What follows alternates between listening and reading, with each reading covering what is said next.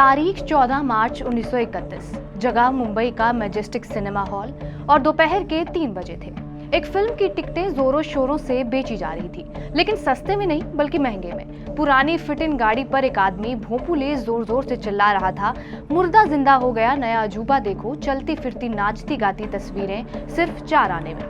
ऐसा नहीं था कि भारत में उस समय किसी ने चलती फिरती तस्वीरें नहीं देखी थी। बड़े पर्दे पर एक फिल्म 1913 में पहले रिलीज हो चुकी थी, नाम था राजा हरिश्चंद्र। लेकिन इस फिल्म में सिर्फ चलती फिरती तस्वीरें ही थी। फिल्म पूरी तरह से मूक थी। लेकिन जिस फिल्म का प्रचार मैजेस्टिक सिनेमा के बाहर किया जा रहा था, उस फिल्म में आवाज थी। प्रचार सुनकर जब सिनेमा के पास लगा हुआ पोस्टर लोगों ने देखा तो उस पोस्टर पर बड़े बड़े अक्षरों में लिखा हुआ था, आलम आरा, भारत की पहली बोलती हुई फिल्म। इस फिल्म में लोग किरदारों को पर्दे पर बोलते हुए सुन पा रहे थे, गाने के बोल गुनगुनाते हुए सुन पा रहे थे।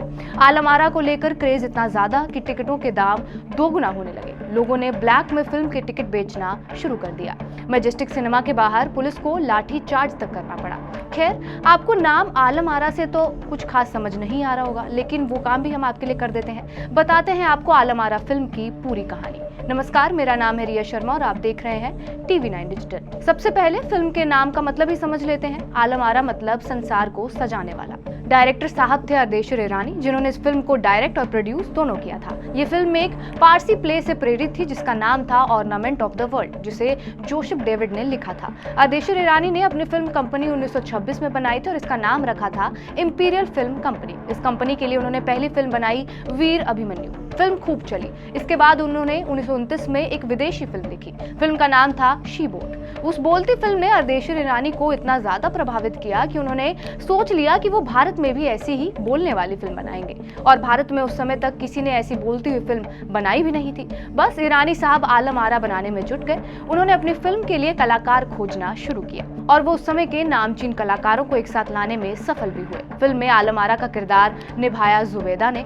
इन्हें भारतीय सिनेमा की पहली अभिनेत्री भी कहा जाता है। इनके साथ फिल्म के नायक थे मास्टर विट्ठल, पृथ्वीराज कपूर, सुशीला, जिल्लो, जगदीश सेठी, वजीर मोहम्मद खान, बीबो, LV प्रसाद। अब जरा आपको फिल्म की कहानी भी बता देते हैं। फिल्म में एक राजकुमार और बंजारन लड़की की लव स्टोरी को बयान किया गया था। मैं अपने नजरिए से कहूँ तो उस समय उस तरह की कहानी को पर्दे पर दिखाना अपने आप में एक बड़ी बात थी, क्योंकि इससे पहले जो भी फिल्में बन रही थी वो पौराणिक कथाओं पर बनाई जा रही थी। इस लीक से जरा हटकर ड्रामा सस्पेंस से भरी फिल्म जो दर्शकों को बांध कर रख दे, ऐसी फिल्म आलम आरा बिल्कुल थी। खैर, आपको उस जमाने की इस फिल्म का दिलचस्प प्लॉट भी कुछ शब्दों में बता देते हैं। फिल्म में उत्तर प्रदेश के कमरपुर के मुगल बादशाह थे आदिल सुल्तान। इनका किरदार मास्टर विट्ठल ने निभाया था। सुल्तान की 2 बेगमें थी, एक का नाम नवबहार और दूसरी का नाम दिलबहार। दोनों ही बेहद खूबसूरत। नवबहार दया, नेकी और धार्मिक किस्म की महिला थी और दूसरी ओर दिलबहार चालाक, तेज तरार और नवबहार से जलन करने वाली महिला थी। अब राजघराना भी था, खूबसूरत बेगमें भी थी, लेकिन सुल्तान को संतान का सुख नहीं मिला था।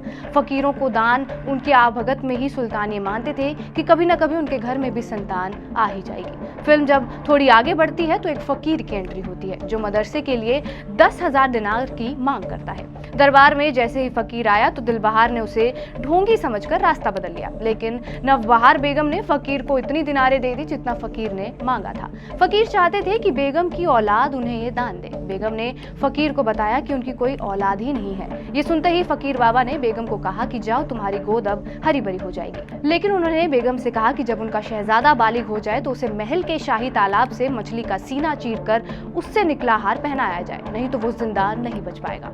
कुछ ही समय बाद महल में शहजादे की किलकारियां गूंजती हैं, लेकिन दिलबहार को ये किलकारियां कांटे की तरह चुभ रही थी। दिलबहार ने एक योजना बनाई और महल के सेनापति आदिल के साथ प्रेम संबंध बनाने की कोशिश की। सेनापति का किरदार पृथ्वीराज कपूर ने निभाया था। हालांकि सेनापति ने इस बात से इनकार किया, लेकिन दिलबहार तब भी नहीं मानी। अपने बदले की आग में दिलबहार ने खुद के कपड़े फाड़कर सेनापति पर बलात्कार का आरोप लगा दिया और उसे जेल में बंद करवा दिया।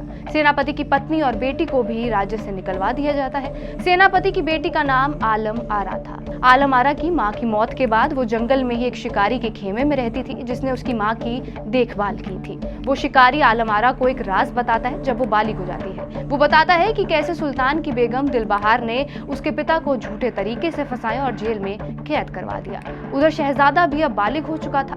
नवबहार फकीर की बात के मुताबिक महल की मछली को चीरकर हार निकलवाती है, लेकिन तभी दिलबहार उसे अपने गुप्तचर भेजकर बदलवा देती है। शहजादा जैसे ही वो नकली हार पहनता है वैसे ही मूर्छित हो जाता है। बेगम दिलबहार जब रात को अपना हार गले से उतारती है तो शहजादा जिंदा हो जाता है और शहजादे के सामने उस समय आलम आरा खड़ी होती है। शहजादा उसके प्यार में पड़ जाता है और आलम आरा उसे अपने कैद पिता का सच बताते ही अगले ही दिन सुल्तान, शहजादा और बेगम दिलबहार जेल में जाते हैं और दिलबहार खुद ही सारा सच उगल देती है और बाद में सुल्तान, आलम आरा और शहजादा खुशी खुशी रहते हैं।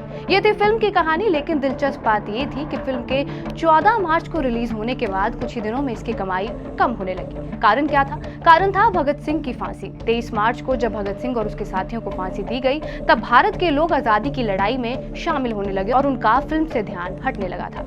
124 मिनट की इस फिल्म को अर्देशीर ईरानी रात में शूट किया करते थे। इसका कारण ये था कि फिल्म के स्टूडियो के पास एक रेलवे ट्रैक था और रात में ये ट्रेनें कम चलती थी, इसलिए इसे रात में शूट किया जाता था ताकि फिल्म का शोर बाहर ना जाए और साथ ही साथ में कॉन्सेप्ट कोई चोरी ना कर पाए। आवाज की रिकॉर्डिंग के लिए कलाकारों ने माइक्रोफोन जेब में डालकर या फिर कपड़ों में छिपाकर शूटिंग की थी। अर्देशीर ईरानी ने इस फिल्म में अपनी लॉटरी के पैसे लगाए थे, यानी सिर्फ 14,000 रुपए से इस फिल्म को बनाया गया था। हालांकि आज इस फिल्म के कोई भी प्रिंट्स मौजूद नहीं है क्योंकि उस समय फिल्म के नेगेटिव ज्यादा दिन चलते ही नहीं थे और ना ही फिल्म को आर्काइव किया जा सकता था और आज भी ये फिल्म तस्वीरों के जरिए ही देखी जा सकती है। इस फिल्म से जुड़ी तमाम जानकारी को हमने इकट्ठा किया है शिवानंद कामड़े की किताब भारत की पहली बोलती फिल्म आलम आरा से और ये पब्लिकेशन है सरस्वती की। शिवानंद कामड़े दुर्ग छत्तीसगढ़ के रहने वाले हैं जिन्होंने इस फिल्म की नायिका जुबेदा पर भी एक किताब लिखी है। ऐसे ही और कहानियों के लिए आप बने रहिए हमारे साथ TV9 डिजिटल पर।